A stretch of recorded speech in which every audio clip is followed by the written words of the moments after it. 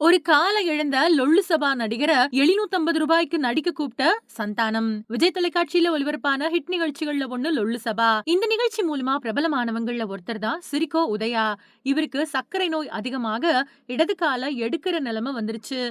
சமீபத்துல ஓமந்தூரார் மருத்துவமனையில சர்க்கரை வியாதியால பாதிச்சு ஒரு கால இழந்த சிரிக்கோ உதயாவ பிரபலங்கள் பலரும் பார்த்து உதவி செஞ்சுட்டு வந்தாங்க. இந்த நிலையில ஹாஸ்பிட்டல்ல இருந்து டிஸ்சார்ஜ் ஆகி வீட்ல இருக்கக்கூடிய சிரிக்கோ தன்னோட ஆதங்கத்த பேட்டி ஒண்ணுல பகிர்ந்திருக்காரு.